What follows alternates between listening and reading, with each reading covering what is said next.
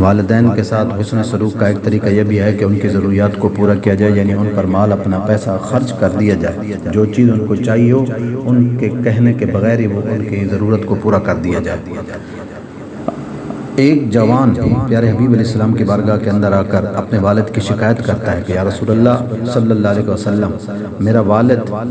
گھر میں میرا پیسہ، میری دولت، میرا مال وہ خرچ کر دیتا ہے، محنت مشقت میں کرتا ہوں، کماتا ہوں، سارا کچھ کرتا ہوں، میرا والد میری دولت کو خرچ کر دیتا ہے۔ تو پیارے حبیب علیہ السلام نے اس کے والد کو بلوایا تو آپ نے اس کو کوئی سزا نہیں دی، بلکہ اس کے بیٹے کو مخاطب کر کے فرمایا انت و مالک لابیک، فرمایا تو اور تیرا مال تیرے باپ کا ہی ہے۔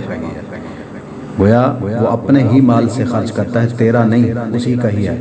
کہ آج ہمارا معاشرہ کہاں پہنچ گیا کہ والدین کے ساتھ کیا سلوک کیا جاتا ہے، ان کو بتایا جاتا ہے کہ یہ گاڑی میری ہے، یہ مکان میرا ہے، یہ فلاں چیز میری ہے، فلاں چیز میری ہے۔